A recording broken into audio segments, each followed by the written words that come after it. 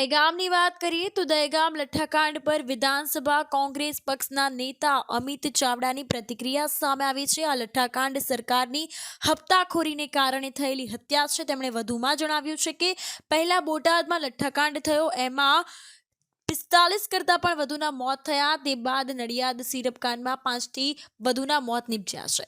ત્યારે આજે ગાંધીનગરમાં દહેગામમાં 2 લોકોના મૃત્યુ થયા છે। અનેક લોકો સારવાર હેઠળ છે અને આ અંતર્ગત ગુજરાતમાં દારૂબંધી છે, કાયદો છે, પણ આ ભારતીય જનતા પાર્ટી ખુલ્લેઆમ દારૂ વેચાય છે તેવા પણ પ્રશ્નો અનેક પ્રકારના ઊભા થયા છે।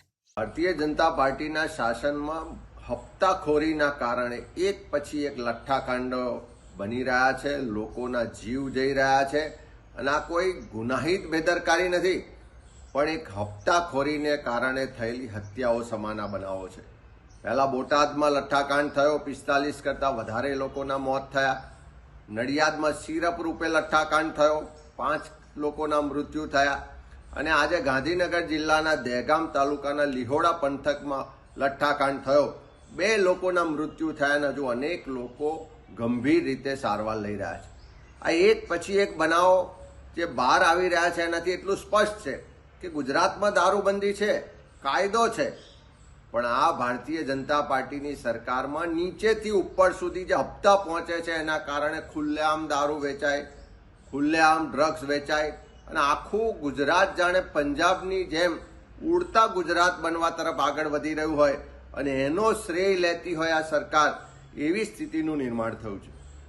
આજે જે આ દહેગામમાં લઠ્ઠાકાંડ થયો, સરકારને શરમ આવી જોઈએ કે એક પછી એક બનાવો બની રહ્યા છે, તેમ છતાં એને રોકવા માટેના નશાબંધીના કાયદાને કડકપણે અમલ કરવા માટેની કોઈ ચિંતા કે ઈચ્છા શક્તિ આ સરકારમાં રહી નથી। ત્યારે એવા સંજોગોમાં આની સંપૂર્ણ તપાસ થવી જોઈએ, કડકમાં કડક કાર્યવાહી થવી જોઈએ અને આવો બનાવ ભવિષ્યમાં ક્યારેય ના બને એની ચિંતા કરીને સરકારે મુખ્યમંત્રી શ્રી આગળ આવવું જોઈએ કે દારૂબંધીનો કાયદો છે એને જો ખરેખર ઈચ્છા શક્તિ હોય ને કડક રીતે અમલ કરવામાં આવે તો એક જ મહિનાની અંદર ગુજરાતમાં કોઈ પણ ખૂણે એક ટીપું પણ દારૂ ના મળે। પણ હપ્તા લેવાનું બંધ થાય તો કાયદાનો અમલ થાય ને।